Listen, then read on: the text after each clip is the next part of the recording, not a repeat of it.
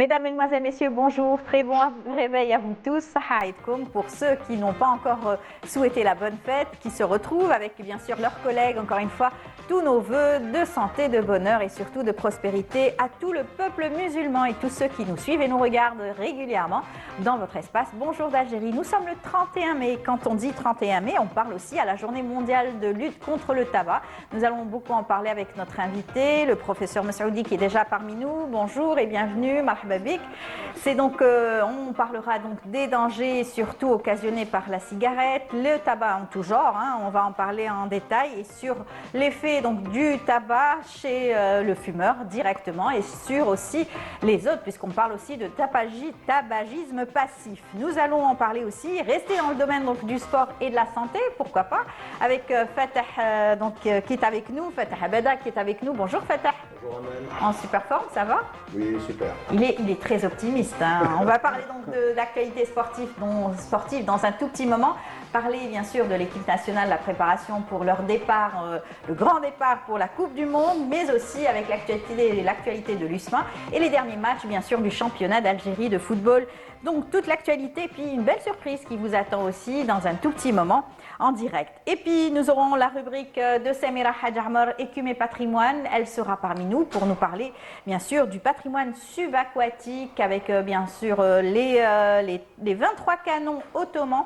Elle nous parlera de cela. Et puis on reviendra aussi avec Amel Mokrani qui est la directrice du musée maritime. Elle sera là sur notre plateau pour nous parler donc de l'actualité et surtout des activités du musée en ce moment, durant les vacances également.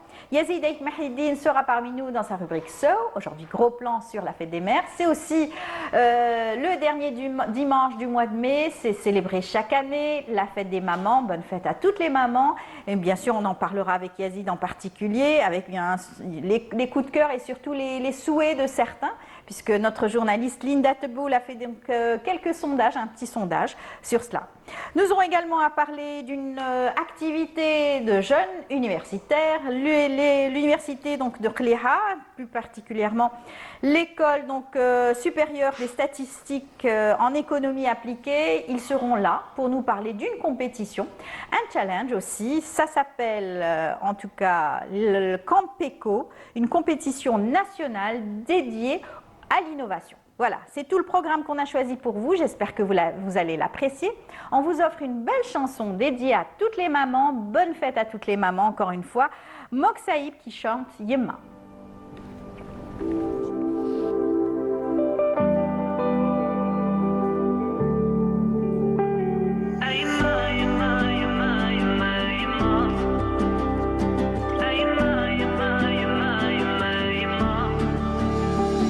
أيما شوفي الحالي قلبي ما تهنى أيما وليدك بعيد انتي في محنة أيما الغربة صعيبة وداتني منك يا إما توحشت نكون قريب في عزك تحمضي تعزو تفلي خمي يربان خص بعدك خلي ذقولي تحمضي تعزو تفلي خاص التصيمة خميني ذا أيما يما يما يما يما أيما يما يما يما يما أيما يما يما يما يما أيما يما يما يما يما أيما قلبك حنين مفتوح كل وردة أيما حبك عزيز ومن غيرك وحدة يا إما ما تبكيش اليوم الفرحة تولي لك أيما مسحي دوك الدموع راهنا وليدك يا تحمضي تعزو تفلي خمي يربان خص بعدك خلي ذقولي تحمضي تعزو تفلي خاص التصيمة خميني ذا أيما يما يما يما يما أيما يما يما يما يما أيما يما يما يما يما أيما يما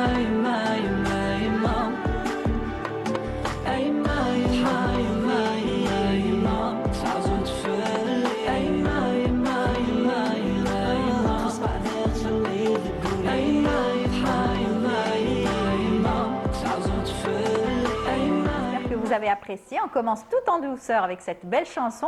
Et puis on va commencer aussi avec de bonnes nouvelles, hein. C'est ça, le début de semaine aussi, dimanche matin avec Fatah Abada, avec la rubrique sport, c'est tout de suite.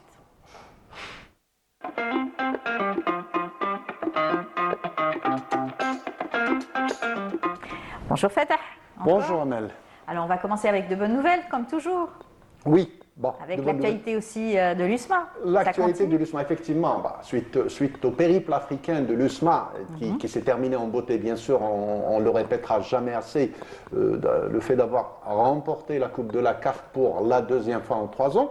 L'USMA est en train maintenant d'apurer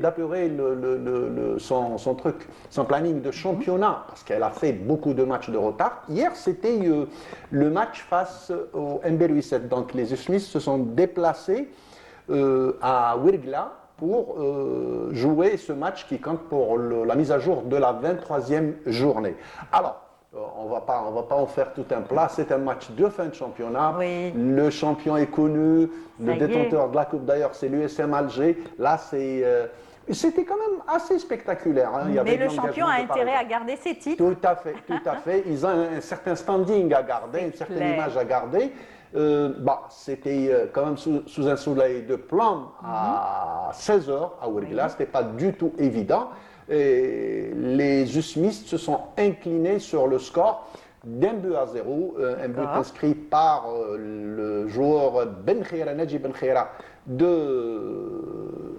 MB Rouisset. Mais en tout cas, c'était un match de fin de championnat. Le SM Alger lui restera encore 2 matchs de retard à apurer. C'est face au CRB. Oui. Le 2 du mois de juin et ensuite face à Ben Aknoun le 4 du mois de juin et là il sera à jour, ils pourront jouer à l'aise la 30e journée. Très bien, et ils ont intérêt à finir justement les clubs avant la Coupe du Monde. Tout à fait, oui. C'est un agenda vraiment très serré. Et c'est une exigence de la FIFA aussi, c'est pour pouvoir libérer les joueurs pour cette Coupe du Monde. Très bien. Voilà. Et justement, parlant de la Coupe du Monde ML, notre équipe nationale se prépare. Oui, ils sont rentrés, il y a eu l'Aïd, ils ont donc célébré l'Aïd et ils sont bien sûr en regroupement en ce moment. Ils ont célébré l'Aïd à Sidi Moussa. À Sidi Moussa, voilà, carrément. Ils étaient en regroupement, planning oblige, donc ils sont à pied d'œuvre, ils sont en train de préparer. Et les joueurs sont en train de tout faire pour faire partie de la liste de Petkovic. Vous savez que les places s'enchèrent. Ah oui. Maintenant, c'est une Coupe du Monde. Il y en a beaucoup qui ne pourront pas la jouer encore une fois, surtout les anciens. C'est vrai. Je parle d'Aïssa Mandi, je parle de Riyad Mahrez, je parle de Nabil Bentaleb. Oui, beaucoup de joueurs qui joueront très probablement leur dernière Coupe du Monde, donc c'est la dernière chance. Donc depuis le 25, l'équipe nationale est à pied d'œuvre à Sidi Moussa, ils s'entraînent, ils font du bic quotidien et ils feront leur dernier entraînement cet après-midi à 17h30. Une fois n'est pas coutume, le sélectionneur national a décidé d'ouvrir cet entraînement au public. D'accord, c'est bien ça. Ah bah oui, Pas n'importe quel public non plus. Ah bah si, je vous promets que le stade sera archi comble. Bah oui, c'est la dernière chance de voir nos capés avant le départ en Hollande. Notre invité qui est médecin, je ne sais pas s'il aura le temps, mais lui qui est donc fervent supporter de l'équipe nationale, n'est-ce pas? Bah oui, et vous êtes footballeur, vous aussi? J'ai joué au football, donc aussi original, donc au CAC de Cuba, voilà, je me réjouis aussi, donc je suis très content, Inch'Allah, on va souhaiter donc bonne chance pour notre équipe nationale. Oui. Nous sommes tous derrière notre équipe nationale, c'est notre fierté, quels que soient les résultats. Mais moi je reste quand même optimiste, même si le premier match sera contre l'ancien champion du monde. Oui, les désordres sont toujours là. Hein. Toujours. Voilà, tout à fait. Et je ne sais pas, Amel, vous allez me le dire, parce qu'il est prévu qu'on ait notre ami Nabil Djellit en direct de Paris. Je ne sais pas si on l'a avec nous. Normalement, il est prêt, si on va l'avoir. Lui qui est un journaliste sportif. Oui, c'est un journaliste sportif. Il est prêt. Voilà, c'est très bien. Donc, voilà, on va voir son avis d'abord sur le SM Alger, pour revenir à ça. Bonjour Nabil, Sahaïdek d'abord, et puis merci beaucoup pour ta disponibilité. Nabil, je voudrais parler, avant de parler de l'équipe nationale, je voudrais parler de l'USM Alger. L'USM Alger qui a remporté il y a quelques jours avec brio sa deuxième coupe de la CAF, c'est pas rien en 3 ans. Et ça, c'est très très important, surtout le parcours de l'USM Alger. Donc, comment avez-vous vécu, Nabil, cette Coupe de la CAF avec notre représentant l'USM Alger? Et surtout, qu'est-ce que cette victoire, cette distinction rapportera au football national? Vas-y, quand tu veux. Oui, bonjour, salam Canal Algérie, et bonjour Algérie. Effectivement, j'ai suivi la Coupe de la Confédération et j'étais vraiment très heureux et ravi de la victoire de l'USM Alger, qui est aujourd'hui un client en Coupe de la Confédération, parce que c'est vrai que c'est un club qui s'est installé sur une dynamique avec déjà un trophée il n'y a pas si longtemps que ça, et là qui réussit une deuxième victoire, et notamment face à quand même un géant d'Afrique qui est le Zamalek. Alors j'ai suivi les deux finales. La première, elle était un peu plus fermée, mais ce qui m'a impressionné, c'est surtout la deuxième, et notamment l'USM Alger qui a été capable d'imposer son jeu au Caire, et qui avait le ballon, qui avait les meilleures situations, les meilleures occasions. Je trouve que c'est la première fois que je vois une équipe algérienne comme ça aller être aussi dominatrice en Égypte, qui est quand même un grand pays de football comme on le sait. J'ai bien aimé cette équipe, j'ai bien aimé la sérénité qu'a amené Lamine Ndiaye depuis qu'il est arrivé à la tête de l'USM Alger. Il y a un joueur évidemment qui est pour moi le meilleur joueur de la compétition, c'est Khaldi, le gaucher. Et là c'est vrai qu'on voit le talent brut de ce joueur algérien. J'ai vu qu'il avait 27 ans. Je me suis dit, mais c'est dommage qu'on ne l'ait pas vu plus tôt, parce que c'est un joueur qui a vraiment beaucoup de qualité. J'ai bien aimé aussi Ramdani à droite, le capitaine, et puis la colonne vertébrale avec chez Malone, notamment le Camerounais. Le gardien aussi, Ben Bot, qui va rejoindre l'équipe d'Algérie là. Et Aimé Junior Tendeng, là, le Sénégalais, qui est un très bon joueur. Donc voilà, je trouvais que c'était vraiment une très bonne équipe du USM Alger, avec une vraie ADN pour les compétitions continentales. Donc voilà, hâte de voir la suite, et pourquoi pas de les voir la saison prochaine lutter de nouveau pour le titre de champion d'Algérie. Bonne analyse. Tout à fait, excellente analyse. Nabil, qui ne rate rien des équipes algériennes. Ah ouais, il est algérien jusqu'au bout des orteils. Il a beau vivre là-bas. Et justement, on continue avec Nabil. Nabil, sans transition, pour passer à l'équipe nationale, nous sommes à quelques heures de l'annonce du sélectionneur national Vladimir Petkovic de la liste des 26. Comme vous le savez, vous me l'avez dit, on avait discuté en coulisses, on avait dit que les places sont très très chères. Mais justement, comment vous imaginez cette composante, et comment vous espérez la participation algérienne, la participation des Fennecs à ce mondial?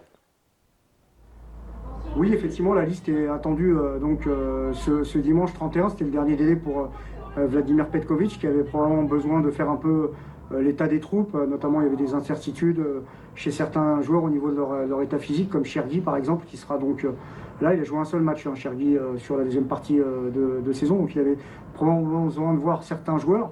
Bon, globalement, de toute façon, il y a des surprises ou pas surprises, mais en tout cas, on sait qui sera là ou pas là, à moins qu'il y ait des joueurs là qui soient trop justes physiquement et qui soient remplacés par des joueurs de la pré-liste.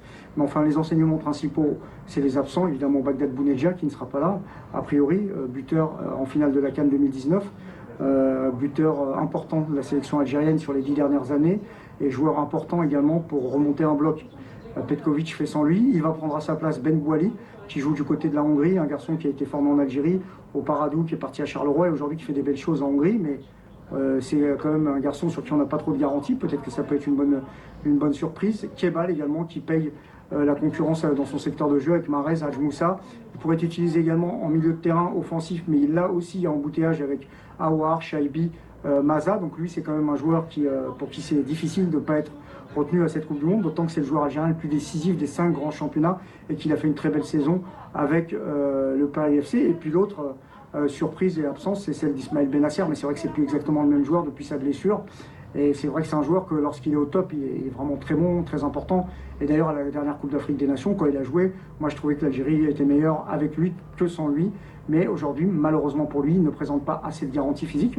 D'autres joueurs vont venir prendre sa place, notamment un joueur qui a été formé du côté de l'Algérie aussi, du Paradou, c'est Titraoui, qui fait une très belle saison à Charleroi. Et à noter également, a priori, le retour de Nabil Bentaleb, qui à mon avis, lui, prend la place de Benasser. C'est un joueur qui a fait une deuxième partie de saison assez époustouflante ici avec Lille, dans l'équipe d'Aïssa Mandi. Donc voilà, on a des cadres, Marez, Mandi, mais on a aussi une nouvelle génération, des jeunes qui commencent à arriver, avec Guedjemis par exemple de Frosinone, qui à mon avis va être une des surprises de cette liste, qui a mis 15 buts avec Frosisonnais en série B. Hadj Moussa qui est là, Chaibi, Maza qui représente un peu les nouveaux visages de la sélection algérienne. Donc voilà, et puis évidemment il y a cette question des gardiens. Il y aura 4 gardiens qui partiront aux États-Unis, 3 qui seront inscrits et un 4e qui pourra remplacer un des 3 s'il était out, puisque la FIFA vous permet en cours de compétition, si vous avez la blessure d'un gardien, d'en convoquer un autre. Donc je crois que l'Algérie a fait le choix de faire venir ce gardien-là qui vivra les événements de la même manière, sauf qu'il ne sera pas inscrit a priori. Ça devrait être le jeune gardien du Mouloudia Club d'Alger, Ramdan. Bah écoutez, merci beaucoup Nabil, merci pour votre disponibilité et puis excellente journée à vous. Voilà, Nel, Voilà, donc tout a été l'analyse, dit, hein, c'est absolument. clair. Ça a Voilà. été total, Nabil qui suit de très très près les clubs algériens en compétition internationale et surtout l'équipe nationale. C'est un mordu de l'équipe nationale. Ça sera lui probablement qui va commenter le match sur sa chaîne, le match face à la Hollande. Voilà, face à la Hollande, le 3, Le 3. donc, de ce mois. S'en suivra donc le 10 face à avec la la Bolivie. Voilà. Mais ça sera à Kansas City. Et on attendra le 17. Voilà, Évidemment. et on attendra le 17. En attendant, Ça nous permettra de voir un petit peu comment est-ce que l'équipe nationale, les jeunes donc de l'équipe nationale, parce que c'est une équipe jeune, oui, tout donc, à fait. Encadrée par évolue. quelques anciens. Voilà, encadrée par quelques anciens. En tout cas, Entre-temps, bravo. il ne faut pas oublier les rendez-vous Oui. sportifs. Ce soir, Canal Foot avec Sarah Delbel et On aura plus de Hakim, détails. Absolument.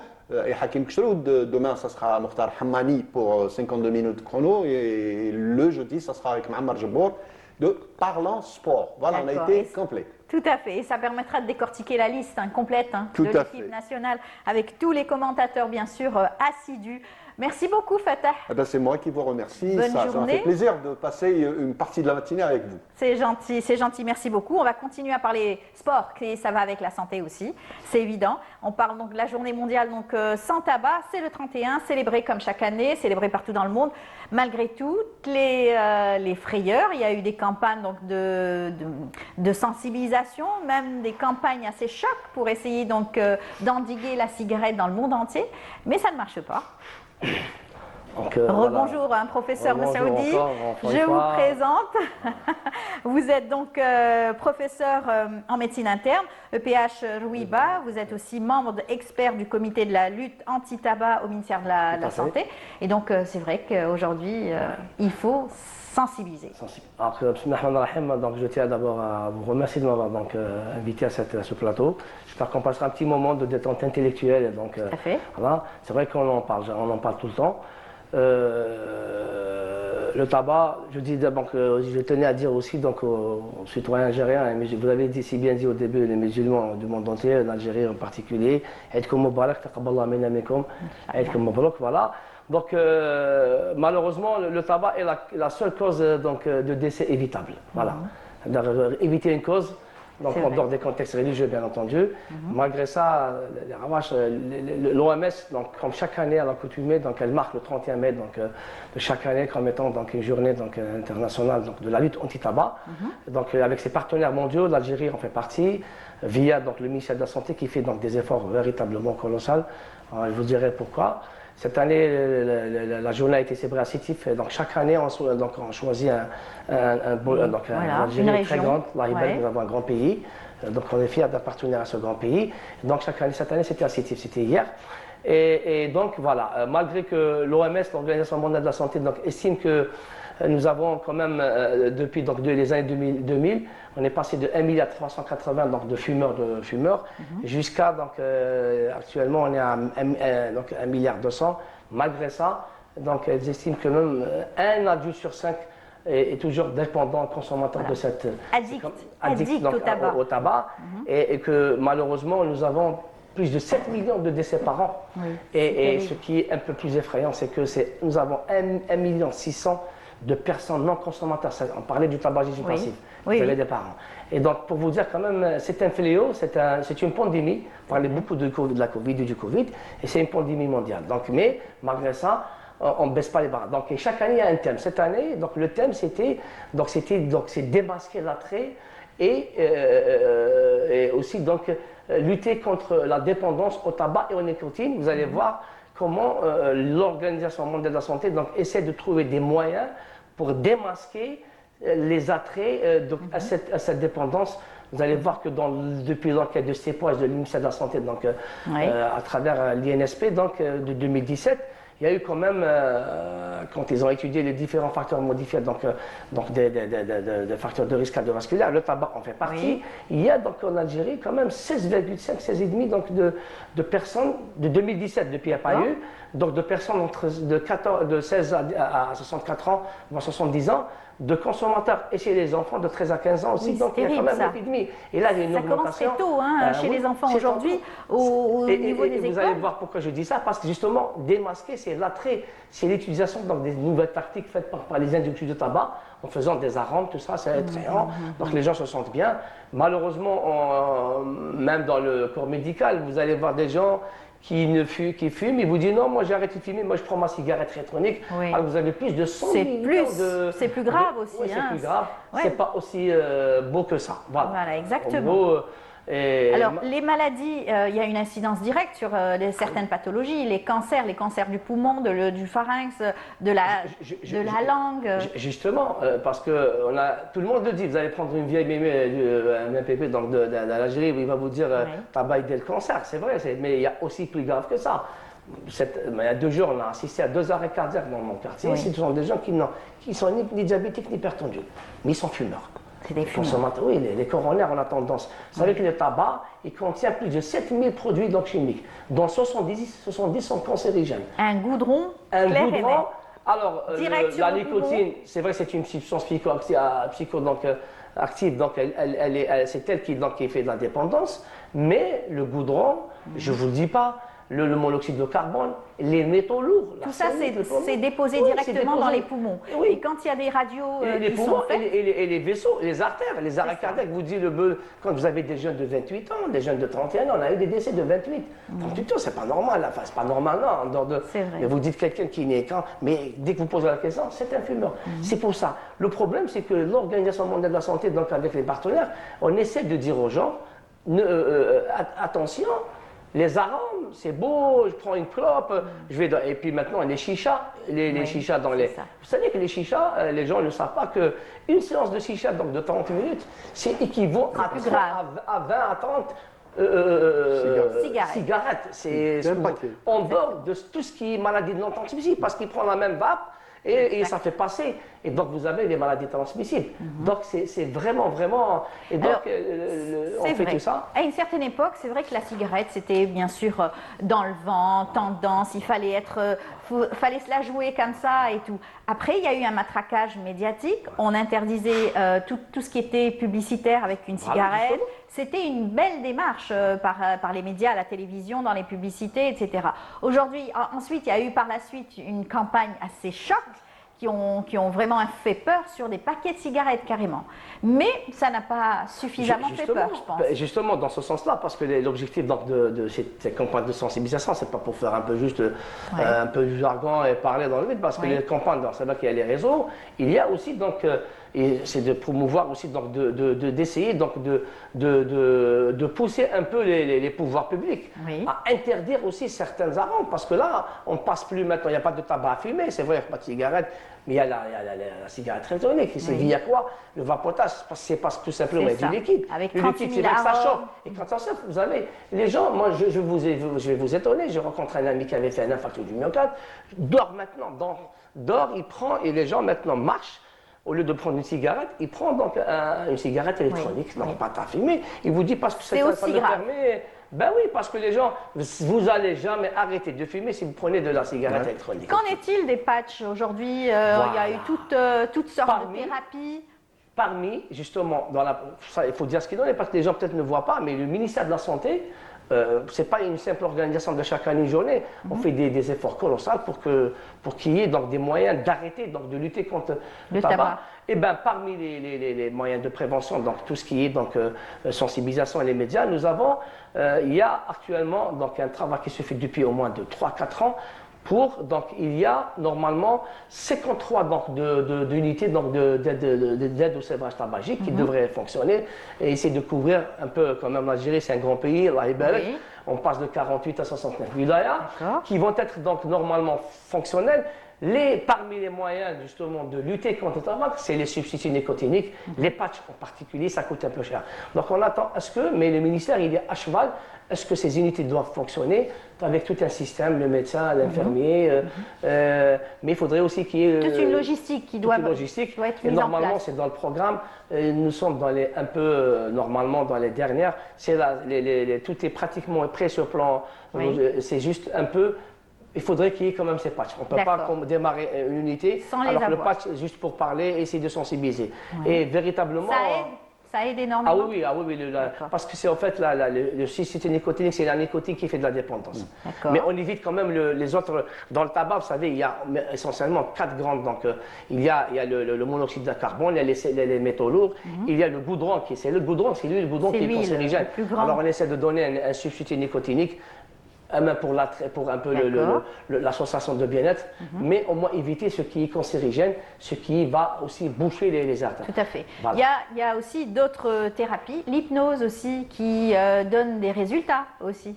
Oui, ça fait partie. C'est pour ça que je vous ai dit au début, donc, dans les unités d'aide au sévrage tabagique, l'hypnose en fera partie, le traitement médical en fera partie. Il faudrait aussi dire aux gens, vous savez, quand vous montrez à quelqu'un, des images de gangrène. Je parlais à des gens dans la consultation de médecine interne et de toute la consultation quand vous avez un tabagique, on vous leur dit, même si vous n'avez pas de diabète, vous n'avez pas d'hypertension, vous n'avez pas de... Mais il suffit d'avoir de la cigarette. Vous savez que la cigarette a un lien direct avec certaines pathologies vasculaires. Je vais vous citer donc une maladie qui est très connue. C'est la maladie de Léo Berger. Les jeunes, Léo Berger, c'est les artères qui sont bouchées par la cigarette. La cigarette, c'est la fumée, elle va boucher je leur dis carrément en arabe. Il y a boucher les orteils. Et vous vous retrouvez avec des jeunes qui sont amputés des orteils et des doigts. Oui, carrément. Moi j'en ai eu quelques-uns. J'ai reçu un malade de 32 ans de cheveux. Oui, parce que tout simplement, et c'est la seule cause évitable, c'est pour ça que je vous ai dit au début, c'est la seule cause évitable de décès. Vous avez des jeunes. J'ai vu un malade de Annaba qui avait à l'époque 28 ans et on lui a fait amputer sa jambe. C'était un grand fumeur, il n'avait rien du tout. Et il se retrouve avec une prothèse de remplacement. C'est pour vous dire que voilà, on essaie de dire aux gens, regardez les images. Voilà. Et commencer très tôt. Au niveau des écoles, sensibiliser surtout les écoles, parce que les enfants sont curieux, ils veulent s'amuser. Un petit coup, ils trouvent des mégots. En plus de ça, ils trouvent des mégots. Franchement, moi je passe, tout le monde, on est tous âgés, on passe par on voit des jeunes comme ça de l'école. Et puis quand dans les enquêtes, on a constaté que ça commence très tôt. Même au niveau du primaire. Ils commencent comme ça à prendre un petit mégot, et puis il y a des gens aussi, on leur dit aux gens, il faut interdire, parce qu'il faut passer un peu par les pouvoirs publics, Vous savez, il y a des gens qui envoient des enfants à chez Dukhan. Et puis celui qui vend, il ne doit pas lui servir. C'est pour ça qu'on dit... Ça va être très haut dans la chaîne. Hein. De toute façon, les grandes industries du tabac, c'est mondial aujourd'hui. Oui, la il y a un conflit d'intérêts. On ne peut pas dire... C'est tout ça, dire à Matbèche. Ça, vous savez, on ne peut pas dire ça. Mais au moins, dire aux gens, d'abord sensibiliser les gens, leur dire, voilà ce qui va vous arriver. C'est plus que le cancer du poumon et le cancer du côlon. C'est le premier cancer en Algérie.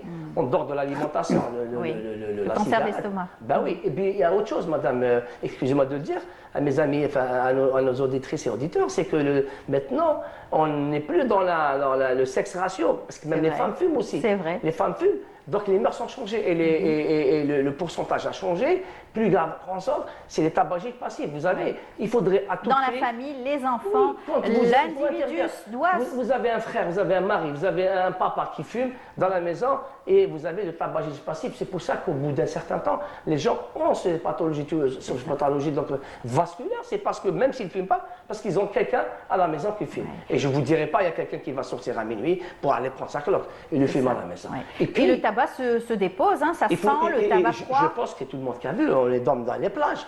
Il faudrait interdire dans les lieux publics. Il ne faut pas dire à quelqu'un. Moi, je me suis retrouvé chez quelqu'un et dire, il y a des gens qui sont... Je dis, s'il vous plaît, arrêtez de fumer. Dans les grands... Il faut interdire. Donc, au moins, parmi les politiques... Certaines entreprises, c'est respecté, en tout cas pour les lieux où il y a bien sûr des fumeurs et des non-fumeurs. Tout à fait. Ça doit être respecté, parce qu'on n'est pas obligé de Et c'est pour ça qu'il faut passer par les pouvoirs pour dire arrêtez, il faudrait interdire carrément, et pourquoi pas aller plus loin, pour aussi donc, ce qui est donc des pénalités, parce que vraiment on ne peut plus mettre dans un café, dans un salon de thé, moi je vous dis, à la plage, vous avez quelqu'un qui est devant vous et qui vient pour se baigner, il y a même pas 1 mètre, il prend du avantage, il ramène sa chicha, il ramène sa chicha, et il y a des gens qui fument devant vous, et dès que vous commencez à lui dire « s'il vous plaît », là, c'est un peu là. Tout à fait, il y a des volontés personnelles aussi, il y a des personnes fortes de caractère qui arrivent à diminuer doucement la cigarette jusqu'à l'arrêt total, ou carrément il y a des gens qui arrêtent totalement. Il y a des gens qui reviennent aussi. Hein.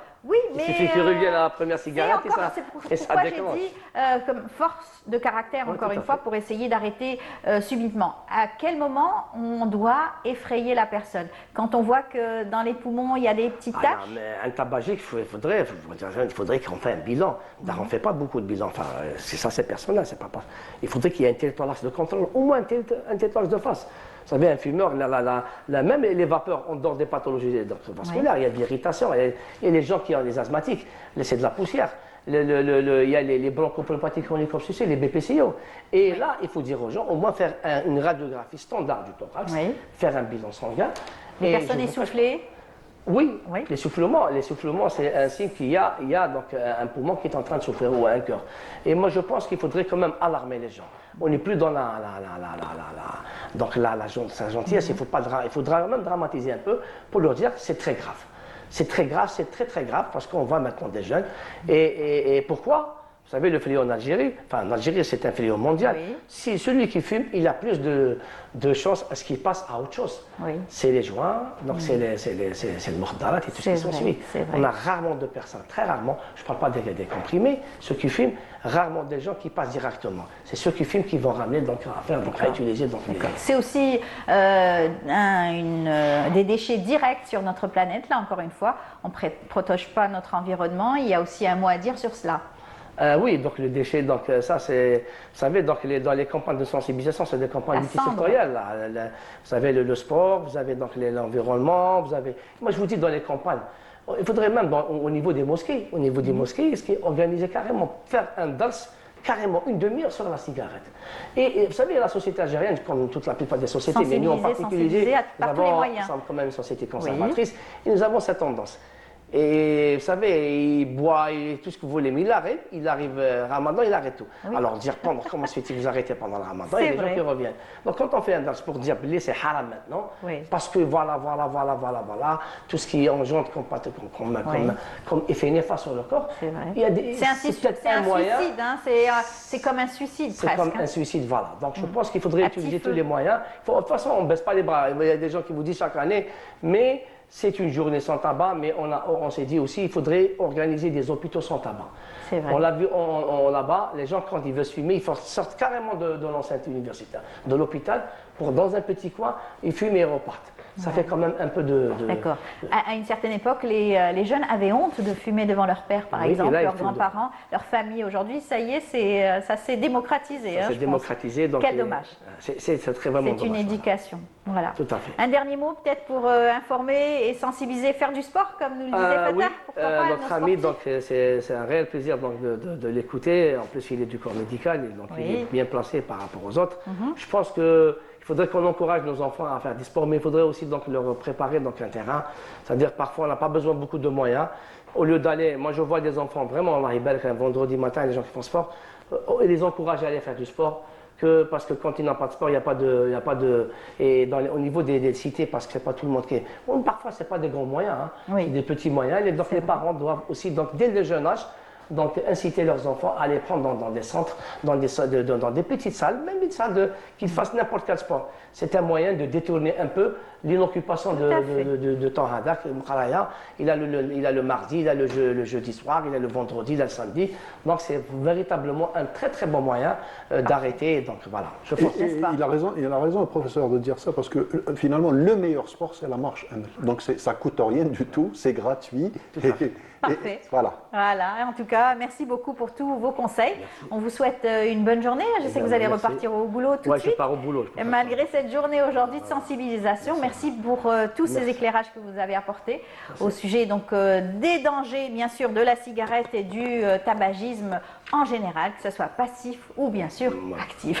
Merci de m'avoir. Merci beaucoup. Merci. Je rappelle, professeur Messaoudi, vous êtes donc médecin, professeur en médecine interne au EPH Rouiba et vous êtes membre expert secrétaire du comité de lutte anti-tabac au ministère de la Santé. À très bientôt et bonne journée. Fatah, on te dit à bientôt. À très bientôt. Bonne journée, restez avec nous. On va suivre tout de suite ce reportage signé Nawel Benjilali qui nous fait découvrir une très belle exposition de peinture au niveau de la galerie Asla. Il s'agit donc de l'artiste peintre Neriman Sadet Cherfaoui qui nous fait une belle exposition intitulée L'instant d'avant. Il est des instants qui ne demandent qu'à être retenus, des franges de temps où le monde semble retenir son souffle. Une lisière entre ce qui s'achève et ce qui va naître, que l'exposition L'instant d'avant propose d'habiter. Les tableaux de Neriman Sadet Cherfaoui, inspirés par la poétesse Emina Belmihoub, tissent un dialogue silencieux entre peinture et poésie. L'instant d'avant, ça exprime beaucoup de choses. Mais pour moi, il exprime le présent, c'est le maintenant. Pourquoi? Parce que cette exposition est composée de deux parties. La deuxième partie, je vais la présenter prochainement, Inch'Allah, dans un futur proche. Et donc, c'est pour cela que je dis l'instant d'avant, c'est le maintenant par rapport à ce futur.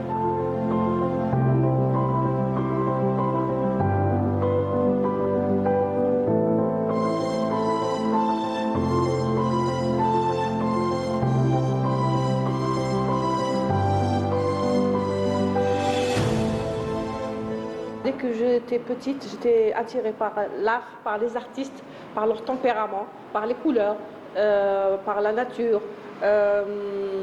J'essaie toujours de travailler avec mes mains et en faire des choses pour pouvoir m'exprimer d'abord et aussi partager ça avec les autres. Ces œuvres sont profondément introspectives et s'inspirent du quotidien, du vécu personnel et des émotions intérieures. Elles abordent des thèmes universels comme l'identité, l'espoir, la liberté et inventent une interprétation active. Chaque tableau est un poème. Cette thématique de cette exposition, c'est que dans la vie, il y a toujours le côté positif. Il faut toujours se dire chaque chose a sa solution. Je vais essayer de résumer cela dans cette œuvre-là que j'ai intitulée Fissure. C'était l'état d'âme du moment. Elle est composée de deux parties, comme mon exposition d'ailleurs. Le côté blanc sur noir, côté noir sur blanc. Et j'ai rajouté quelques symboles berbères, bien sûr, pour égayer un petit peu déjà l'œuvre et pour donner un aspect identitaire aussi, pour s'affirmer autant qu'Algérien, autant que berbère, et voilà. Et cette expression-là, ce que je voulais exprimer sur cette œuvre-là, le côté positif des fissures, c'est la lumière. À la galerie d'art Asla, le temps de l'exposition se meut. On a lieu de respiration partagée où l'on vient oublier les urgences. Ce qui compte peut-être ne réside ni dans ce qui a eu lieu, ni dans ce qui va arriver, mais dans cette fragile membrane du présent, l'instant d'avant et dans ce presque rien. Neriman a accompli l'acte artistique le plus essentiel qui soit. Elle nous rappelle que l'art ne sert pas à nous évader du monde, mais à y revenir autrement.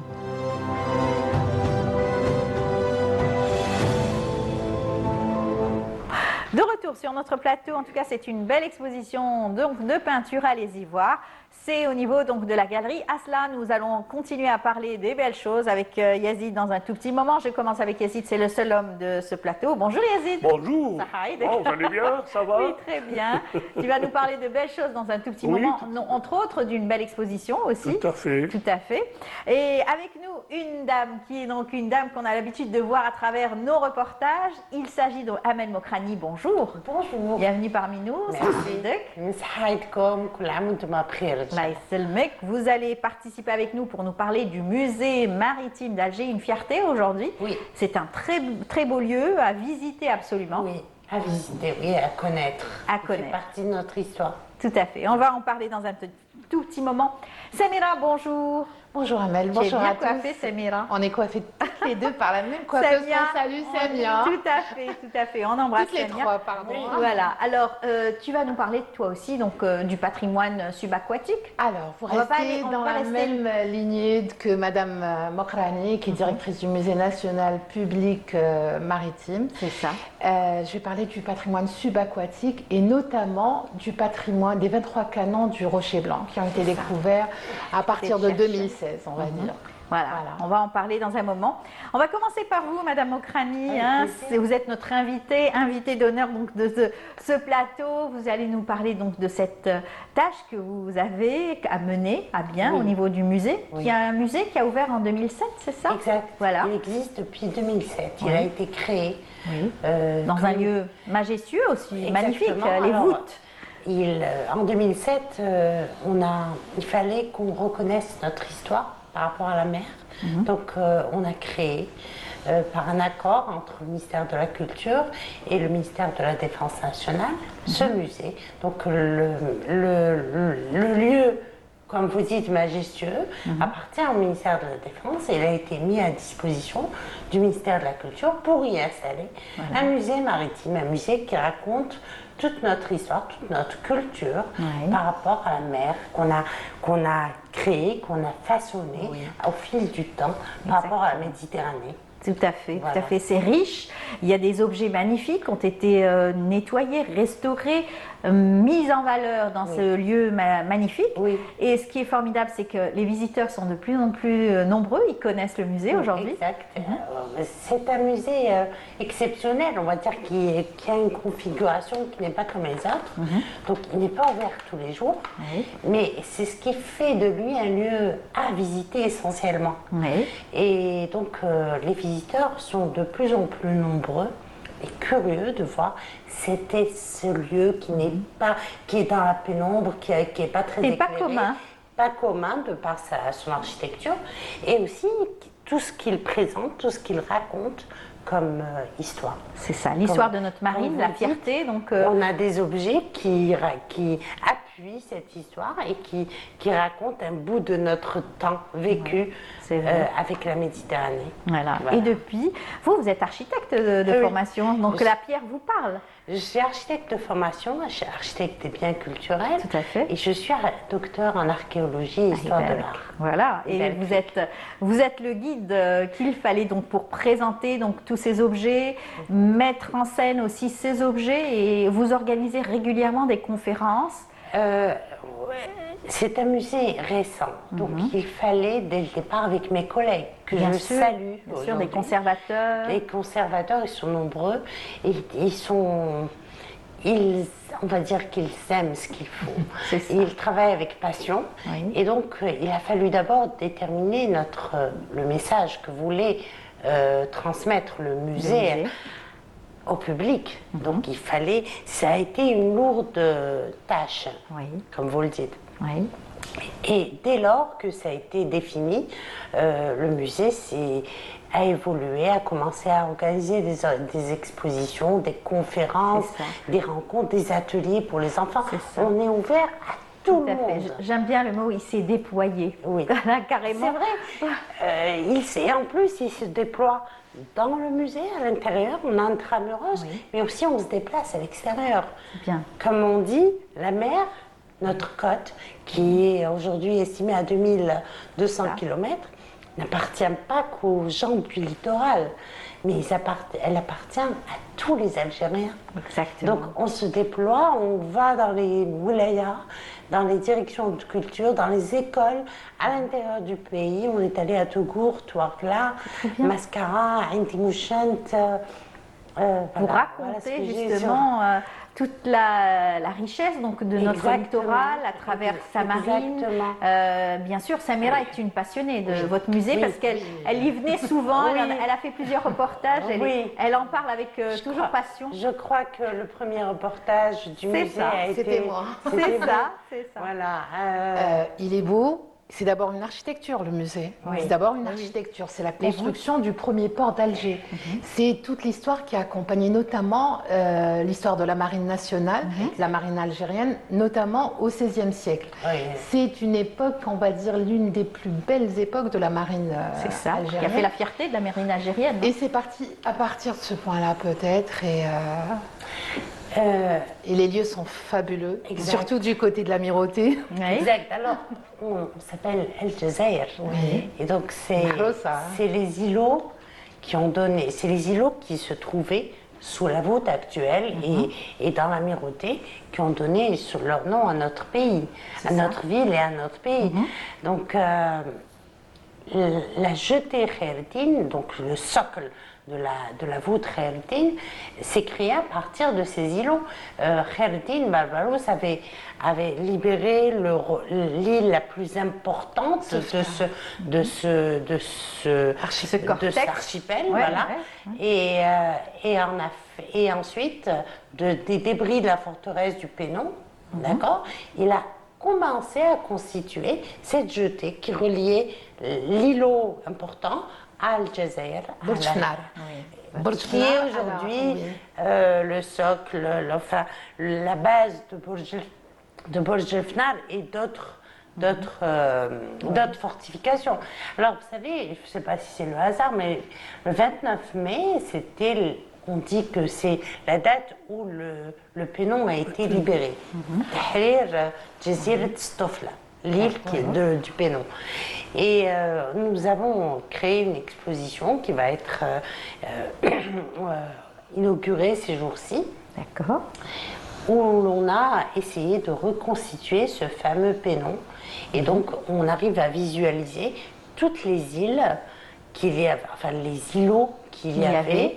Et le visiteur pourra imaginer plus concrètement cette idée de rassembler les îlots à la Médina. D'accord. Être en immersion. Peut-être rappeler que le Pénon ou le Peñón en espagnol était une fortification, une caserne militaire espagnole qui empêchait les Algérois et tous ceux qui tentaient de sortir d'Alger et de rentrer à Alger. Donc on les empêchait avec violence, on va dire. Qui avait fait un blocus sur Alger. Qui a empêché les pêcheurs de sortir d'Alger et toutes les personnes qui voulaient accoster, donc pendant un certain nombre d'années, c'était impossible d'y accéder. En tout cas, il y a une très belle collection, une bibliographie d'ailleurs qui existe au sein du musée. Il y a une collection d'anciens ouvrages et surtout des manuscrits.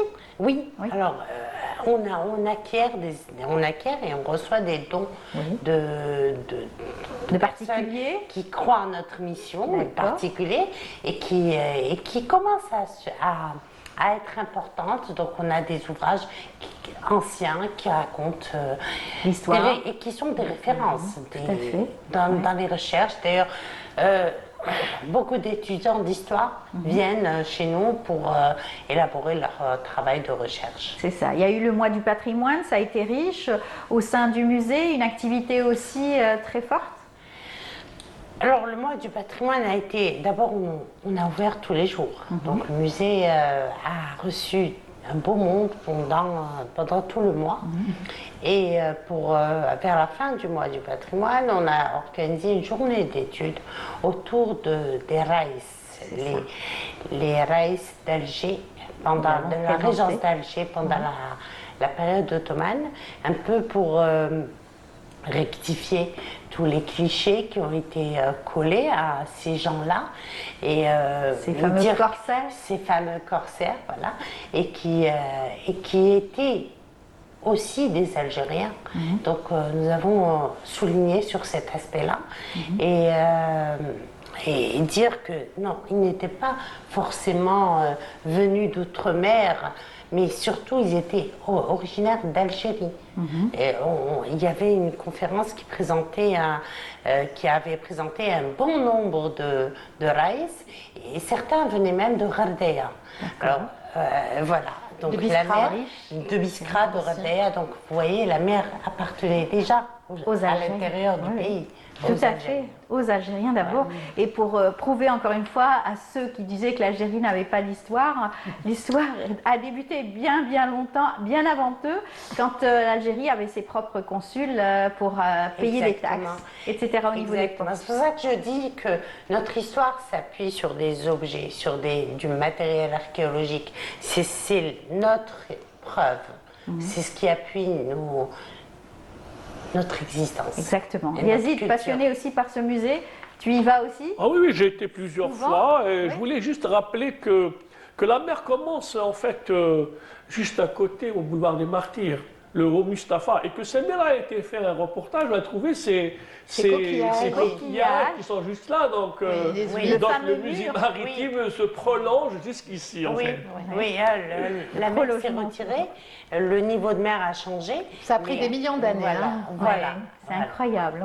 Et pour dire la profondeur de notre histoire. Bouzaïra était une petite île. Voilà. En parlant bien sûr donc, du patrimoine, il y a aussi donc, les fameux ateliers que vous organisez souvent avec les jeunes, les écoles, qui ont beaucoup de succès. Parlez-nous un Alors, demain, c'est la journée de l'enfant. Oui, 1er juin. Et le ministère de la Culture et à travers les musées, on ouvre pendant une semaine. Donc, il y a des ateliers dans les musées d'Algérie pour les enfants, donc chacun avec sa thématique. Pour le musée maritime, alors, on a une panoplie d'activités qui dépendent de la tranche d'âge des enfants, qui s'adaptent aux enfants. Donc on va des colliers de la préhistoire avec des coquillages qu'on façonne avec les enfants, avec des nœuds spéciaux. Aussi, on donne à l'enfant de l'argile pour qu'il apprenne à façonner, à fabriquer des petits ustensiles. Ensuite, qu'il décore avec une pression et avec un coquillage qu'il presse sur l'argile. On appelle ça de la céramique cardiale. Et donc, il décore. Ça, c'est pour lui expliquer que même l'homme, ses aïeux, pendant la préhistoire, ils avaient le souci de décoration. Donc, il fabriquait ses ustensiles, des assiettes, des bols, et ensuite, il prenait soin de décorer. On a... Vous avez une très belle collection de céramique aussi, ancienne. Oui, qui a été extraite de milieux sous-marins. D'accord. Voilà. C'est une belle collection. Et aussi, on a les ateliers de nœuds marins. Et là, on a un ami du musée, El Hadi, un pêcheur qui vient et qui prend le temps d'animer son atelier avec les enfants et il leur apprend à faire des nœuds. Très bien, ça nous donne l'occasion aussi de rendre hommage à un ancien aussi pêcheur qui nous a quittés, celui qui savait faire les nœuds du côté de Cherchel que Lamia avait rencontré. Monsieur Ali Bouchachi. C'est ça, Allah yarhamou. Voilà, un grand monsieur qui a marqué son passage en tout cas à travers sa photographie. Eh bien en tout cas, restez avec nous, vous allez continuer à parler donc de notre histoire avec Samira tout de suite. Merci Madame Mokrani, restez avec nous tout de suite, c'est la rubrique de Samira, Écume et patrimoine tout de suite.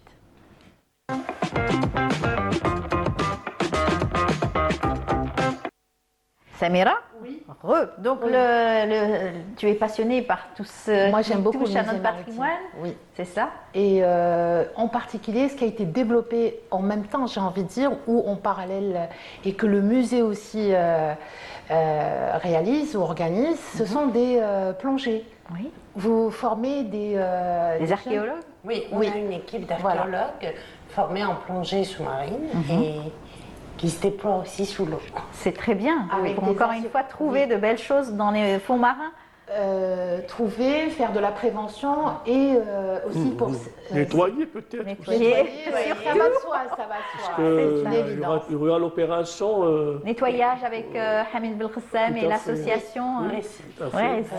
Exactement. Donc à partir de 2016, le CNRA a commencé à recevoir on va dire des indications de la part de pêcheurs et ou d'habitants de Rocher Blanc. Alors Rocher Blanc se trouve à El Hamdaniya, ou non, plutôt entre El Hamdaniya et les Trois Îlots. C'est un très très joli endroit. Magnifique. Lamia nous a fait un très beau reportage. Lamia Blouda, oui, Rocher Blanc. Ouais, Rocher Blanc, exactement. Donc le CNRA, je pense qu'à l'époque c'était Monsieur Tofek Hamoum qui était le directeur, a dépêché une équipe. Alors c'est une équipe qui est cosmopolite. Le musée maritime. Aussi, d'accord. Ah bah, il l'a fait. Balaki, hein. Bon, mais en collaboration avec le musée maritime. On est en train de voir de très belles images. Voilà. En fait, il y a eu qui? Il y a eu Rafik Lev qui est enseignant au départ. Il est archéologue, plongeur aussi, et il est enseignant au département à l'université de Tipaza. Il y a Nazim Ben Salah. J'allais le dire, Voilà. oui.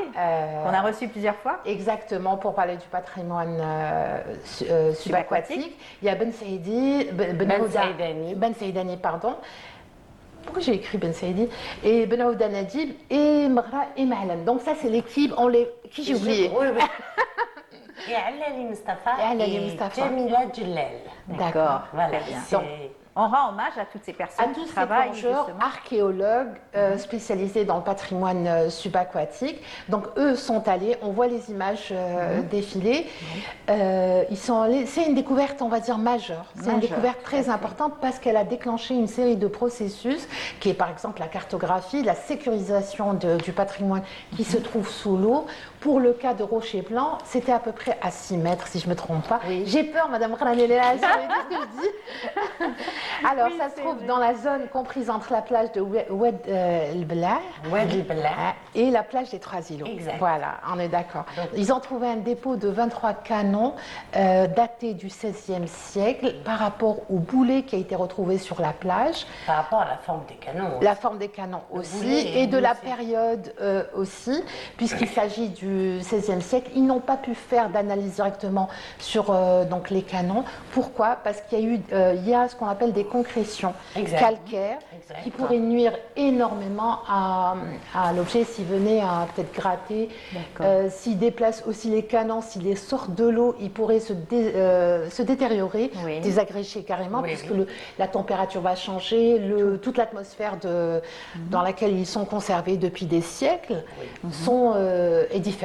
D'accord. Voilà. Donc, je peux apporter. Oui, bien sûr. Alors, ce site est connu par les chercheurs. Oui. C'est un site connu depuis longtemps et qui fait l'objet de plusieurs plongées des cherchellois et des clubs de plongée du côté de Tipaza, Cherchel. Et dès qu'il y a eu le projet de réalisation du port, du grand port Hamdania, les Cherchellois se sont inquiétés. Donc là, ils ont tiré la sonnette d'alarme pour que le musée fasse quelque chose. Donc c'est là qu'a commencé notre mission d'inventaire. Voilà. Et en deuxième étape, nous avons réalisé une première prospection avec le CNRA. Voilà. Donc il y a eu un travail de On met les choses dans le contexte. Exact. Et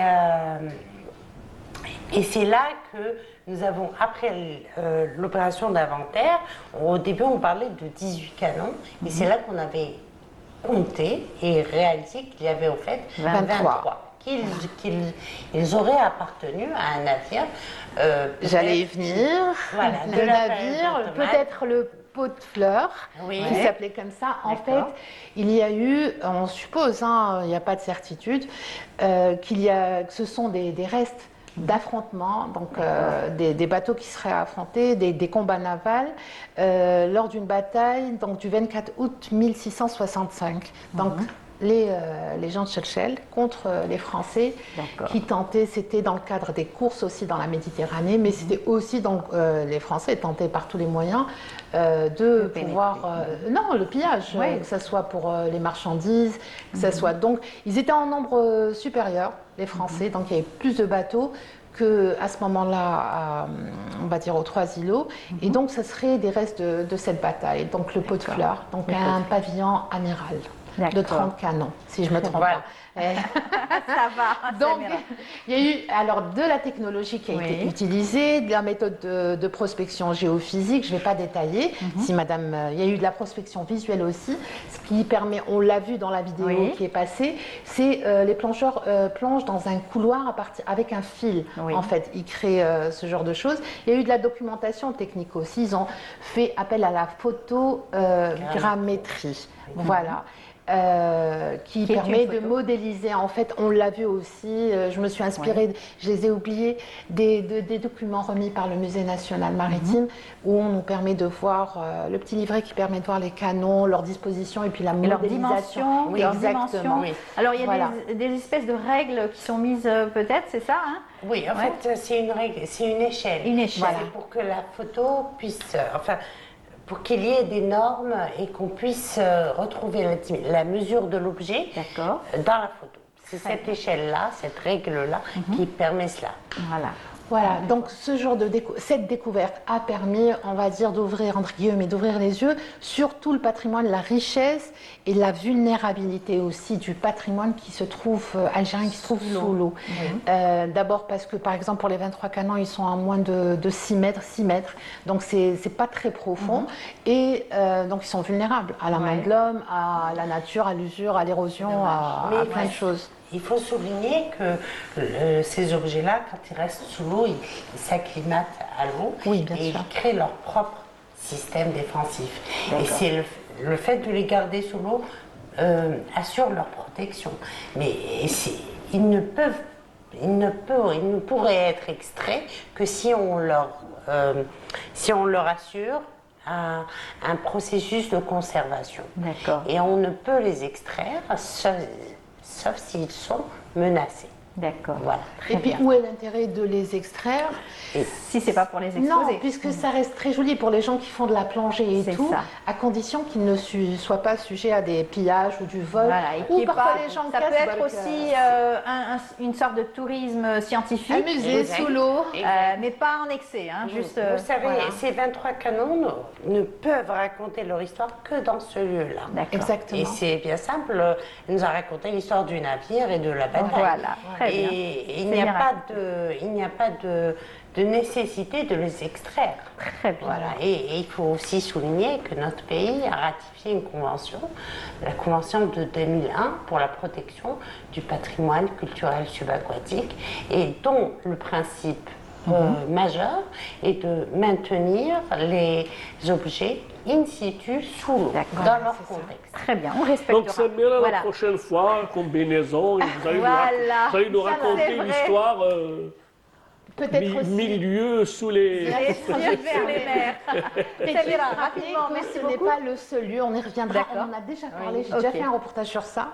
Il y a à ce qu'on appelle, je ne sais pas comment ça s'appelle actuellement, mais dans le village de Jamba, du côté de Borj el-Bahri, des 10 meules. Voilà, il y a 10 meules et on peut voir ce genre de meules au musée maritime de Très bien. Sans transition, on va passer à Yazid. Il va nous parler donc de ces belles choses, son actualité. C'est ça, c'est tout de suite. Lui.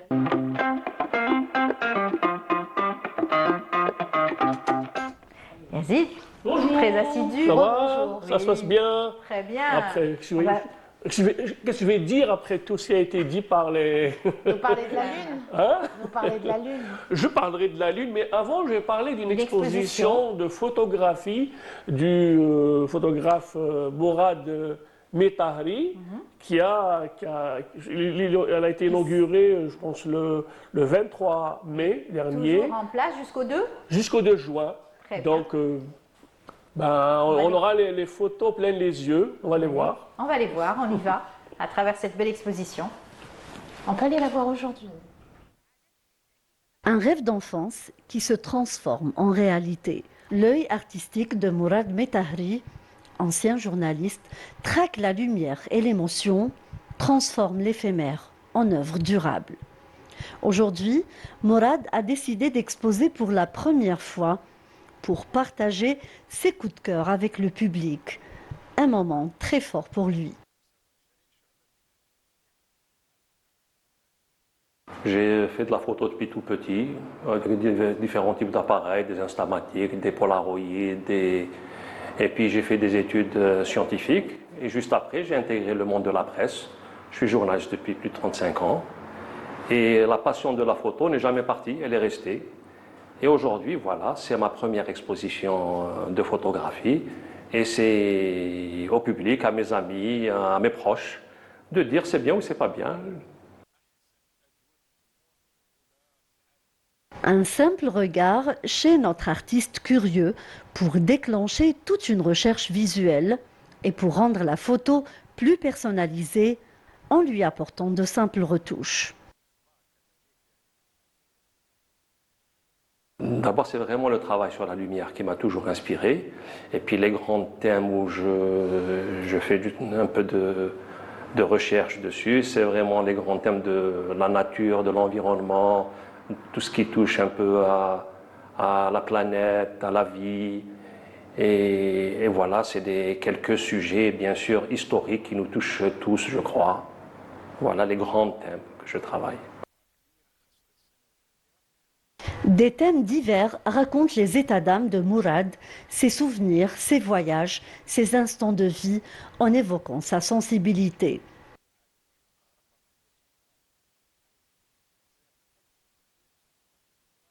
Je vais à Timimoun comme tout le monde. D'abord, je me prends en photo, moi, ma famille, mes amis, et comme tout le monde, les dunes, le sable, les palmiers, tout ce qu'on peut voir à Timimoun. Et dans ce lot, il y a quelques photos qui sortent un peu de ce groupe de photos souvenirs qui sont très importantes pour moi. Et j'arrive à en tirer des images qui peuvent parler à d'autres qu'à moi. Pour lui, ces appareils photo obsolètes de nos jours ont servi à immortaliser des scènes précieuses et des regards profonds, en suscitant de nombreuses réflexions et interprétations. Et tout le secret est là. Ces photographies laissent notre imagination voler au gré du vent. En tout cas, il a découvert une autre facette donc, de lui, la photo, sa passion, une reconversion peut-être. Non, il a fait toujours de la photographie, il avait toujours les appareils photo. Lorsqu'il était jeune, adolescent, il commençait à faire ça. Et là, il a éveillé notre sens visuel. Donc vraiment, et puis c'est éclectique en fait. C'est parce qu'il travaille sur la photo et puis même pour l'impression de la photo, dans le développement, il y a un travail qui se fait également. Et donc, sur un certain regard. Donc, et puis il a été un peu partout, il a été au Vietnam, il a été un peu partout, au Sénégal, à Timimoun. Il a immortalisé des moments. Du côté de Agonigaran aussi, du côté de Tizi Ouzou. Donc il a Tipaza aussi, donc il a travaillé notamment sur la couleur, sur la lumière, comme il le dit. Sur la nature aussi, c'est beau. Tout à fait. En tout cas, l'expo est toujours en place, donc jusqu'au 2, on le rappelle. Voilà. Oui, jusqu'au 2 juin, donc c'est Bloom Gallery du côté de la rue Poisson. Mouez ibn Badis, c'est la rue Mouez ibn Badis. C'est ça, c'est l'adresse exacte. Mouez ibn Badis, voilà. Et moi, là, je lui parlais des souvenirs, pour parler des enfants, les enfants, je sais pas, à quel âge, le dernier souvenir, enfin, le premier souvenir de votre enfance, c'était quoi? C'était à quel âge déjà? Moi, c'était peut-être à 5 ans, quand j'allais à l'école. Je me rappelle du souvenir de mon cartable et je me rappelle avant, je ne sais plus. Comme ça, des couleurs, des lumières, des atmosphères, des ambiances. Il y a toujours eu des animaux dans ma... Oui. Des souvenirs d'animaux pour toi, Samira? Le premier souvenir. Ouais. C'est bizarre, hein? Non, je sais pas. En fait, il y a une nouvelle... Avant, on disait qu'il y a une zone dans le cerveau, l'hippocampe, l'hippocampe qui est responsable de la mémoire épisodique. Ouais. Et cette mémoire, donc, on ne peut retenir les souvenirs, selon cette première hypothèse, qu'à partir de 3 ans. Les premières images, Mais l'université des États-Unis, donc Yale, elle contredit cette hypothèse en disant qu'en fait, cette région qui est l'archiviste du cerveau retient en fait des images. retiennent les images, puisqu'il y a une étude sur 23 nourrissons, donc de 1 mois jusqu'à 24 mois, où finalement ils arrivent à archiver et à récupérer les images. Mais il n'y a pas de cette restitution, reste un peu limitée parce que le cerveau est en pleine formation.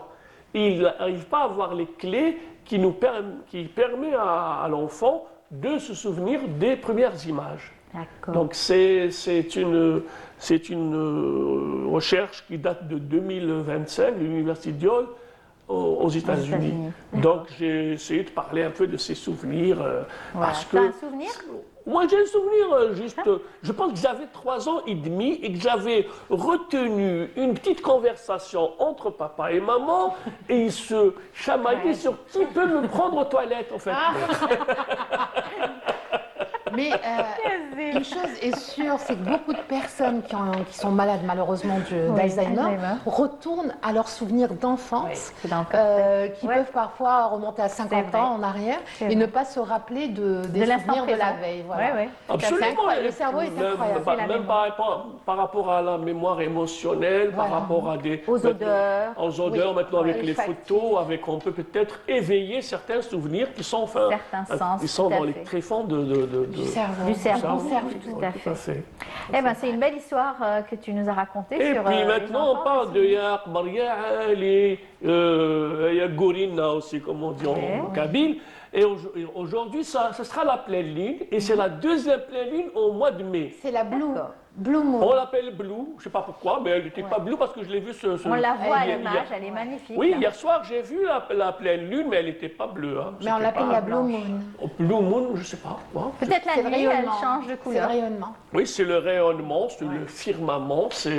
C'est pratiquement aujourd'hui, 8h45. Donc, avis aux passionnés de la Lune et puis une pensée aux enfants de la Lune. De la Lune.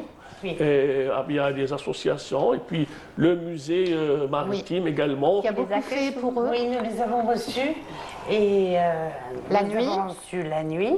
Donc l'éclairage était adéquat, adapté à leur.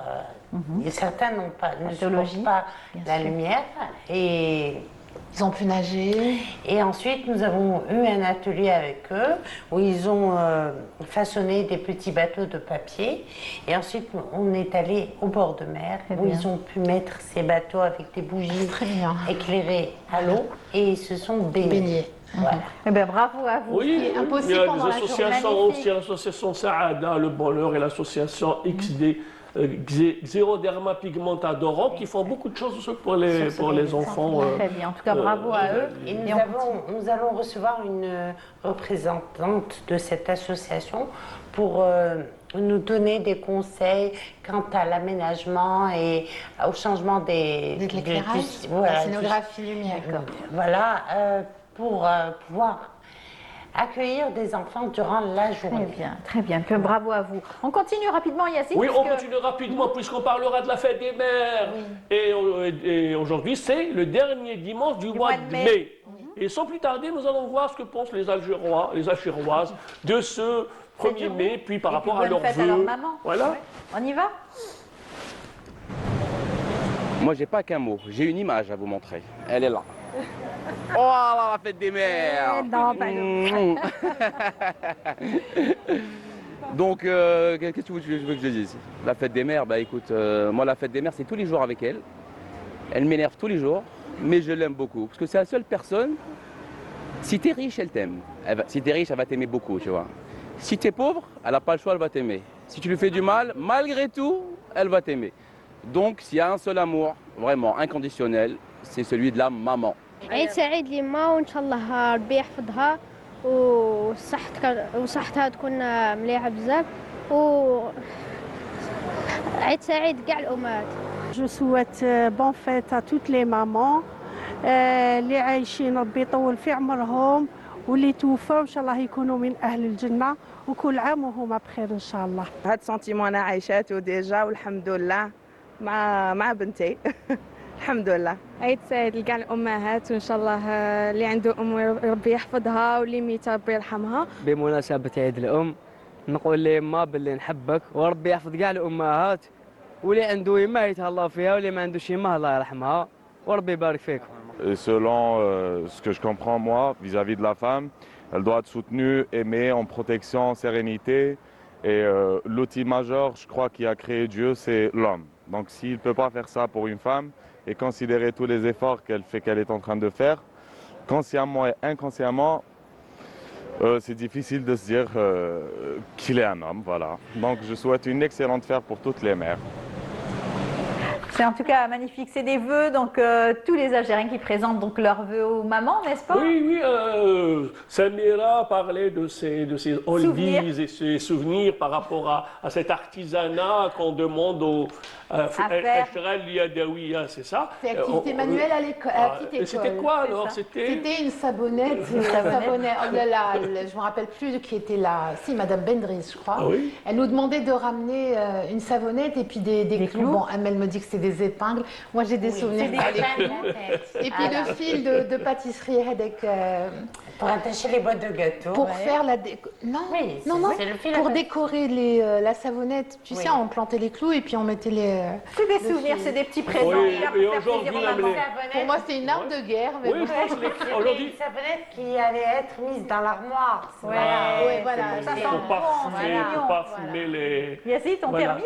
Et puis on termine, des chansons comme ça, j'ai choisi un peu un hit parade par rapport aux chansons dédiées aux mamans. Je commence par Bou'alam Rahma, D'Aili Belkhir Ya Louima. Donc c'est une chanson qui nous a tous marqués, cette chanson de Bou'alam Rahma, les grands chanteurs du Chadi.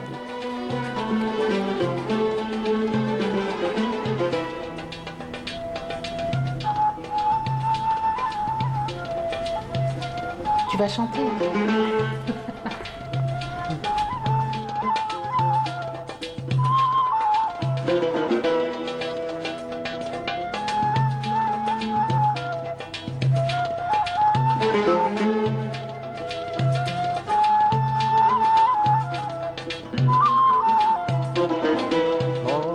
الله يرحمك يا لمين الله الله يرحمك الله يرحمك يا لمين الله الله يرحمك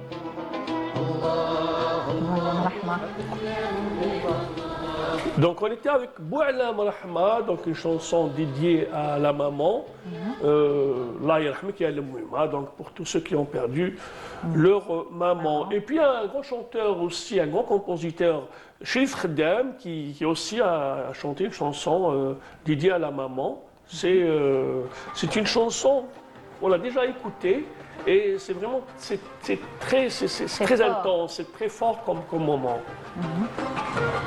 Khaddam qui est un grand musicologue, qui a fait de très belles chansons et des instrumentaux aussi magnifiques.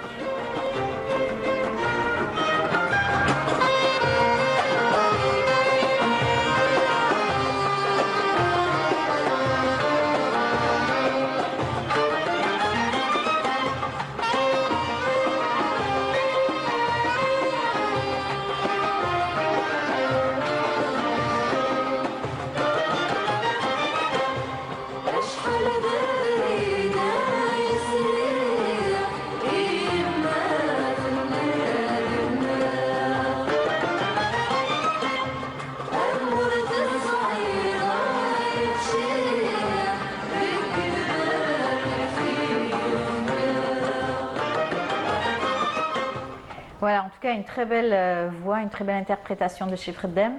Merci Yazid. Oui, j'avais aussi des chansons de Fayrouz Oumi Habiba et puis Aretha Franklin. I have seen a rainbow across the sky and I have stood on a mountain. On va les écouter à la fin en se quittant tout à l'heure. Oui, en sûrement. se quittant. Oui. Merci beaucoup Merci. Yazid. Merci à vous Bonne Madame fête des Okrani. mamans, tous. Wallah. Oui, bonne fête à toutes les mamans qui nous regardent. Merci beaucoup. Allah yarham toutes les mamans décédées, bien sûr. Merci beaucoup Madame Okrani. Au plaisir. Et à très bientôt. On court parce qu'on a encore 2 étudiants à recevoir sur notre plateau. On les reçoit dans un tout petit moment juste après ça.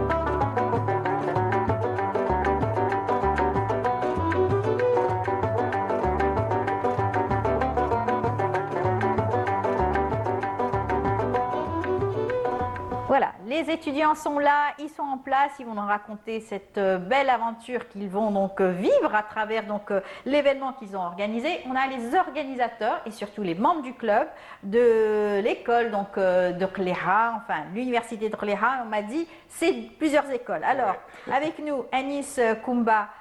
Bonjour. Bonjour, madame. Bienvenue parmi nous. Merci à vous, merci pour l'invitation. Vous êtes étudiant en 4e année à l'École nationale supérieure en statistique et en économie appliquée. Effectivement. Merci. Vous êtes avec Ahmed Amin Benaza, bonjour. Exactement. Bienvenue. Vous êtes vous aussi 4e année? Oui, 4e année. 4e année en étudiant donc à l'École nationale supérieure statistique et des écoles appliquées, c'est voilà, ça? Oui. Vous êtes là pour nous parler donc d'une belle aventure, oui. aventure, on va dire, on appelle ça. Moi, au départ, je disais hackathon, mais vous m'avez dit c'est autre chose. C'est autre chose. Ça s'appelle donc Campeco. Le Campeco, oui. Voilà. Vous avez décortiqué ça hier. Oui, vous m'avez dit. Alors, il faut savoir qu'il y a plusieurs types de compétitions qui contiennent une nuit blanche. En fait, ce qui est, on c'est commence pareil la nuit aux blanche. compétitions qu'on a l'habitude de recevoir, les hackathons, Exactement. c'est des nuits blanches. Ça, c'est pour tout ce qui est informatique. Exactement. La différence, c'est que le hackathon, on trouve tout ce qui est codage informatique. Et pour notre compétition, qui est le Campeco, c'est un idéathon. Idéathon, c'est une compétition où on doit trouver des idées innovantes afin de proposer des solutions à la problématique proposée. C'est ça. Et vous êtes donc au sein de ce club depuis plusieurs années. Déjà, le club existe depuis plusieurs années. Oui, il existe depuis 2015, si je me trompe. C'est ça. Moi, je suis nouveau. Le club, lui, il est très expérimenté. D'accord, puisqu'il est déjà venu sur notre plateau 3 fois Bonjour d'Algérie. Aujourd'hui, c'est la 4e. Donc, ça veut dire qu'il travaille au sein du club. Hein. Ah oui, c'est un grand nom. C'est un bosseur. Oui, voilà. Eh ben, c'est très bien. Donc, c'est une belle aventure qui va permettre à des étudiants de participer. C'est ça, vous avez lancé l'événement. Ça sera du 4 au 7. Durant ces jours, vous allez donc performer avec les étudiants qui vont aussi proposer des idées innovantes, c'est ça? Oui, ils vont proposer des idées innovantes. Et comme vous avez dit, c'est un idéaton. On va pas plus, il y aura un côté technique, il y aura aussi le côté créatif où les étudiants pourront exploiter leur créativité, leur imagination, ramener des nouvelles idées pour la problématique proposée. D'accord. Alors vous êtes bien encadré au sein du club. Il y a bien sûr le responsable, donc le chef de projet et aussi le président donc, du club. Effectivement, donc par rapport à notre club, généralement dans tous les clubs, il y a une certaine hiérarchie présente. Pour chaque événement, on a une équipe de chefs de projet. Et parmi eux, il y a Amine qui est le représentant. Moi-même aussi, je suis le consultant exécutif. Donc, chargé des médias, par exemple. Vous pouvez dire ça, oui. C'est avec grand plaisir. En fait, il faut savoir que afin de réaliser un aussi grand événement, il faut savoir que c'est une compétition nationale qui est ouverte à tous les étudiants de l'Algérie, à différents domaines. Ce qui est bien, c'est qu'à travers la compétition, tout au long des journées qui seront au niveau de l'école, il y aura des formations accélérées à propos du thème. C'est très bien. Donc, ce n'est pas uniquement ouvert aux étudiants de l'économie ou des statistiques ou des sciences des données, mais c'est vraiment... Tous ceux qui ont des idées innovantes. Exactement. De toute façon, c'est des étudiants. Voilà. Ils seront appelés à être performants, à être aussi chefs d'entreprise, probablement. Pourquoi pas, oui. Trouver un job aussi. Donc, ils vont proposer des idées. Et ça sera peut-être, voilà... Ça sera le début d'une nouvelle aventure, exactement. En fait, ce qui est bien aussi, c'est qu'on est en partenariat avec 2 entreprises qui vont proposer des problématiques réelles. D'accord. Donc, ça se peut que le jour de la cérémonie de clôture où ils vont présenter leur projet, le chef d'entreprise lui-même pourra proposer une offre à l'équipe gagnante. Pourquoi pas. Donc ça c'est parmi les cadeaux qu'on pourra spoiler. En tout cas, ce que je peux dire, c'est que quand vous nous avez envoyé le dossier de presse, vous avez bien travaillé, parce que vous avez réussi en peu de temps à avoir de nombreux sponsors et pas des moindres. Ouais, de grandes entreprises nationales connues partout. Donc vous avez bien travaillé pour ça. Donc ils seront là. Ils vont vous épauler. Probablement, ça sera des futurs employeurs. Pourquoi pas? Effectivement, oui. C'est d'ailleurs à travers notre agenda annuel, on a plusieurs événements. Et à travers ces événements, on a plusieurs promesses de recrutement pour les 5e années, par exemple. Très bien. Et pour nous-mêmes, les 4e années, pour des stages pratiques. Voilà. Donc ça a un impact très, très valorisant, disons, pour les membres. pas uniquement pour les participants, mais même beaucoup pour les membres. Voilà, aussi. vous avez 5 ministères aussi qui vont vous épauler, Oui. qui sera là, donc ils seront là. Oui, on aura plusieurs parrainages dans les ministères. On a notamment le ministère des études supérieures, start-up, les finances, etc. Voilà, bien sûr. La femme aussi, Oui, tout dépend. solidarité. En fait, ce qui est bien, c'est qu'on est parrainé annuellement par le ministère de l'Enseignement supérieur et les start-up. Et tout dépend de l'événement, du secteur, de l'impact de l'événement. On aura d'autres parrainages. Par exemple, pour l'événement Algérie qui était pour la femme, on était parrainé par le ministère des droits de la femme. D'accord. Pour un événement où il y avait de la jeunesse, des actions caritatives, on était parrainé par le ministère de la jeunesse. Alors, parlez-nous un petit peu comment ça va se dérouler entre le 4 et le 7. Alors, ça débutera d'Ayman avec des formations. Le début, les participants ils vont arriver, ils auront des formations, des activités pour mieux se connaître, comme on les appelle les ice breaking. D'accord. Où ils Briser la glace. Voilà, ils brisent la glace, ils parlent entre eux, ils se découvrent. Ok. Après, ça c'est à peu près la première journée. La deuxième journée, ça, on continue aussi les formations. Parce qu'on a chargé plusieurs formations pour qu'ils comprennent bien les problématiques, comment il faut répondre, etc. Et après, dans le deuxième jour, il y aura l'annoncement de la problématique. Comme on dit, là où il Voilà. L'annoncement de la problématique, les participants, ils doivent savoir comment répondre à cette question, comprendre c'est quoi le problème, dans quel secteur on est, etc. Et nuit blanche. Nuit blanche. Nuit blanche jusqu'au lendemain. Voilà, le troisième jour où ils vont continuer leur travail. Aux environs de 11h midi, voilà, on va 11h collecter midi. les travaux pour D'accord. les évaluer. Et après, il y aura la cérémonie de clôture le quatrième jour. Ça sera au niveau d'un hôtel à Alger. En face des jurys, ils vont présenter, pitcher, comment dire. Très bien, c'est pas rien de pitcher devant un jury. Hein. Ça prépare l'étudiant à être aussi le jour de sa soutenance, par exemple. Exactement. En fait, son mémoire. À part les formations accélérées sur le thème, il y aura aussi une formation spéciale pitching. D'accord. Enfin, pour les montrer les astuces, c'est quoi les Être points. éloquent aussi, être Effectivement, oui. En fait, il faut savoir que, oui, l'impact de la solution elle-même est colossal, mais le jour de la présentation aussi, elle a un poids. Très important. Donc, savoir présenter son projet, c'est gagner la compétition. Exactement. Voilà. C'est pas évident en tout cas, hein, pour le stress, surtout s'ils n'ont pas dormi toute la nuit, ça va pas être facile. On va leur laisser une petite demi-journée pour se reposer. Très quand même. bien. Et comment faire la sélection, puisque vous avez plusieurs étudiants qui vont se présenter, ils se sont déjà inscrits, ça y est? Oui, en fait, on a lancé notre formulaire sur notre bio sur Instagram. D'accord. Vous pouvez nous suivre sur nos réseaux EIC. Il y aura la sélection, elle sera faite, tout dépend des réponses, mais aussi de la motivation beaucoup plus. D'accord, très Donc bien.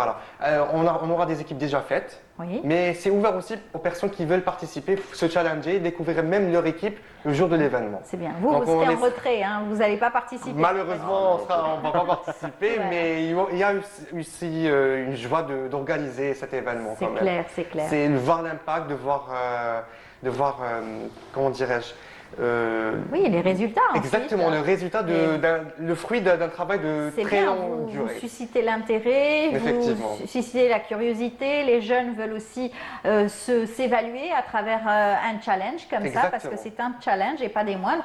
Ce seront donc des futurs peut-être chefs d'entreprise, hein, et ça sera une façon donc, de s'exercer dans ce domaine-là. Pourquoi pas? Inch'Allah, il y aura beaucoup plus de cadeaux, hein, pas uniquement de recrutement. D'accord, c'est bien. Beaucoup de cadeaux, donc faut pas hésiter deux fois. Faut juste participer. Alors c'est une compétition annuelle, voilà, qui revient chaque année. Vous, ça fait plusieurs fois déjà que vous prenez part à cet événement. Exactement. Enfin, ça fait exactement une année que j'ai parlé de la 7e édition et maintenant on va parler de la 8e édition. Très bien. Un mot de fin rapidement pour chacun. Merci pour l'invitation, c'est toujours un plaisir d'être votre invité. Je profite pour dire bonne fête à ma mère et à mes tantes et à toutes les mamans de l'Algérie. Et à très bientôt, Inch'Allah, Madame Amel. Bon courage. La même chose. Merci beaucoup pour notre invitation. Et on espère notre présence, les jeunes, ils viendront à notre événement. Et comme il a dit, bonne fête aux mamans et surtout à ma mère, bisous maman. Et voilà. C'est très bien, merci beaucoup à vous. Merci à vous. Bon courage pour vos études, parce que vous êtes en 4e année, donc il vous reste une année pour être aussi performant, vous, à votre tour, à travers votre mémoire. À très bientôt et bonne bonne Merci chance pour beaucoup. cet événement du 4 au 7. Voilà, on est arrivé à la fin de l'émission. Merci à vous tous de nous avoir suivis. Excellente matinée, excellente journée à vous tous. Bonne fête à toutes les mamans, en particulier ma maman, je l'embrasse fort et puis je lui dis je t'aime. Voilà, et puis on vous dit bonne journée à vous tous, en attendant de se retrouver dès demain à partir de 8h du matin. Sinon, juste après le bonjour, il y a l'instant matin avec Marie Moussaïd. Bonne journée, merci à Wafa Larwati de nous avoir accompagnés ce matin à la réalisation et merci à toute l'équipe de la Régie 7. Au revoir. يرن إلي